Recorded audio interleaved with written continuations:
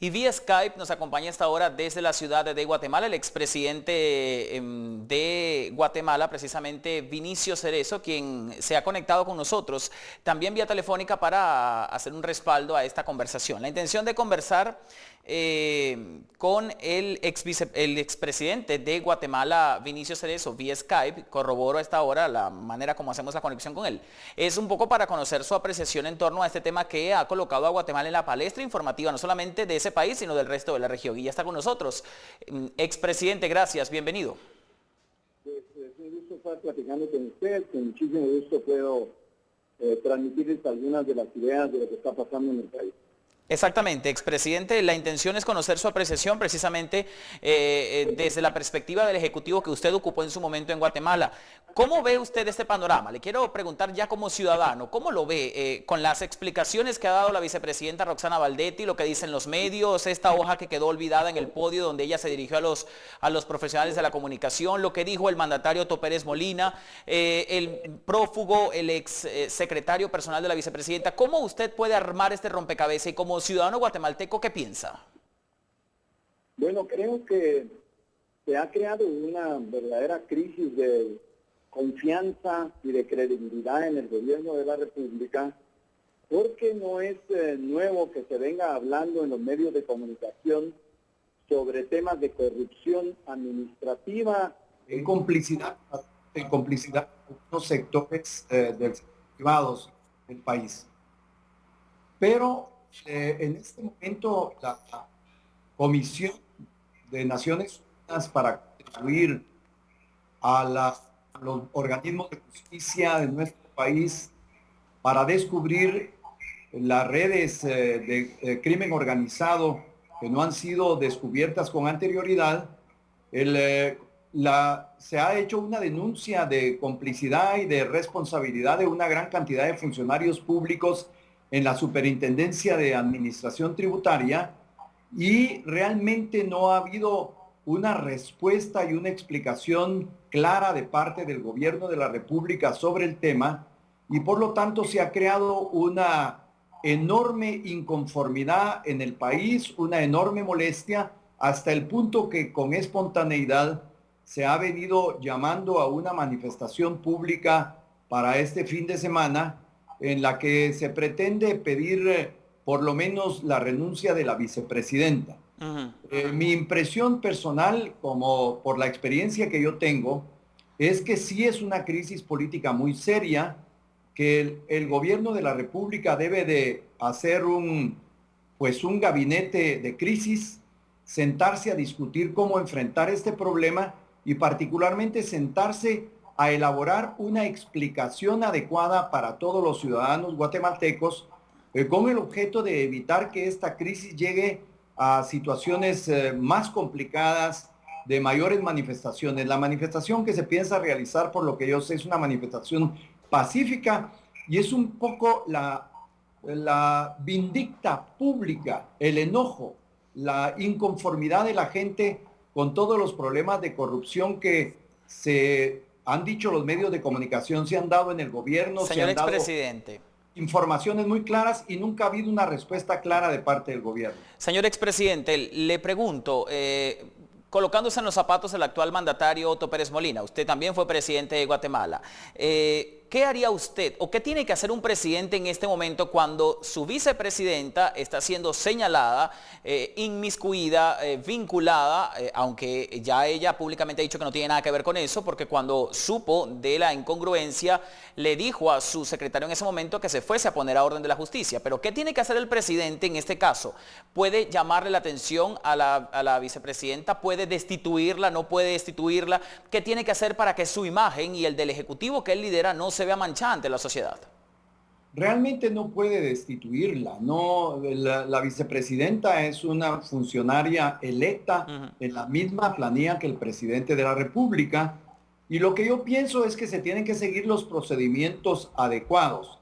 El procedimiento adecuado sería que el Ministerio Público o un grupo de ciudadanos le pidieran a la Corte Suprema de Justicia, como creo que se ha hecho de parte de algunos partidos políticos, que se abra un antejuicio en contra de la vicepresidenta. Este antejuicio tiene que ser conocido por el Congreso de la República nombrar una comisión pesquisidora y esa comisión pesquisidora rendir un informe para que el Congreso tome la decisión, que en la práctica es una decisión político-jurídica.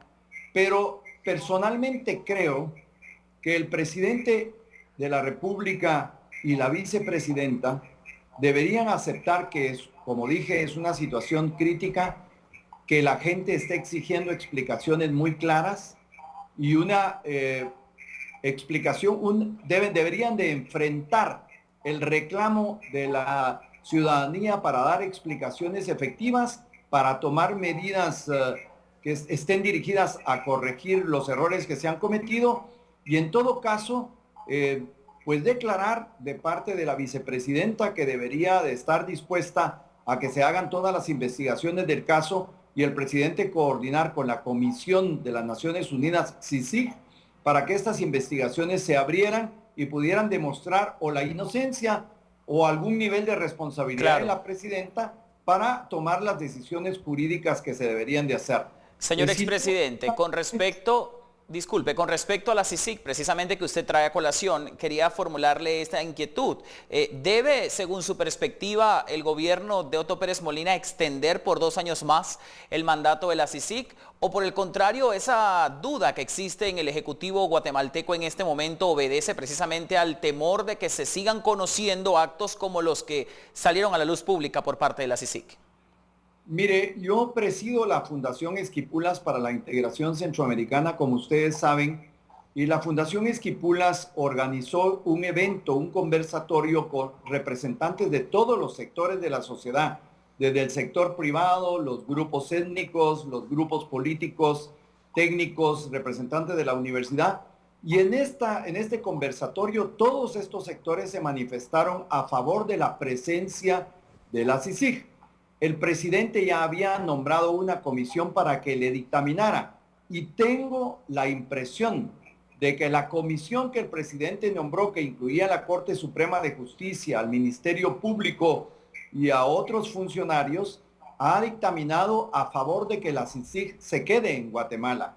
Personalmente, como representante de la Fundación y personalmente como dirigente de la Nación, firmé también un comunicado público suscrito por muchas organizaciones de la sociedad civil para que la CICIG se quede.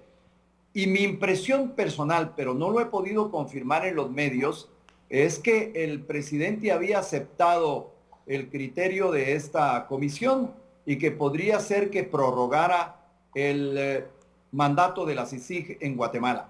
El presidente ha de estar en una situación muy complicada. Yo fui presidente, lo comprendo perfectamente, porque si acepta la continuidad de la CICIG, que creo que es lo que debería de hacer, pues la CICIG va a continuar con la investigación y pueden resultar muchos otros funcionarios involucrados y él tendrá que tomar las decisiones o permitir hacer lo que se tiene que hacer. El presidente de la República no es juez ni parte.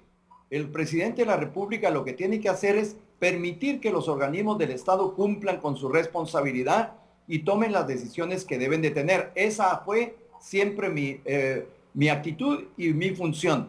Y en este caso lo debería de hacer, permitir que si la CICIG continúa, la CICIG elaborará sus investigaciones y por la experiencia histórica de los últimos años podemos confiar en la imparcialidad política de la CICIG y en su certeza y en su seriedad jurídica. Por lo tanto, si la comisión que el presidente mismo nombró le recomienda hacerlo, creo que el presidente debería de aceptar este criterio y prorrogar este mandato.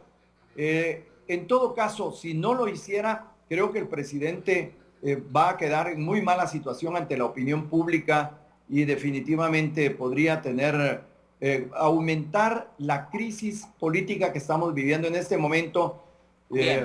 Pues yo siento solidaridad con él por presidente y sé que la decisión que tiene que tomar es muy difícil, pero tiene que pensar definitivamente en su futuro histórico. Señor expresidente Vinicio Cerezo, muchísimas gracias por su tiempo a esta hora y por acompañarnos desde la ciudad de Guatemala vía Skype. Que esté muy bien, siempre a la orden. Es un gusto estar con ustedes. Hasta la próxima. Despedimos al 40º presidente de la República de Guatemala, Vinicio Cerezo. Nos acompañaba vía Skype desde la capital guatemalteca, hablándonos de sus impresiones en torno a toda esta coyuntura que se ha generado en el país de Guatemala, evidentemente por los casos de corrupción que han salido recientemente a la luz pública.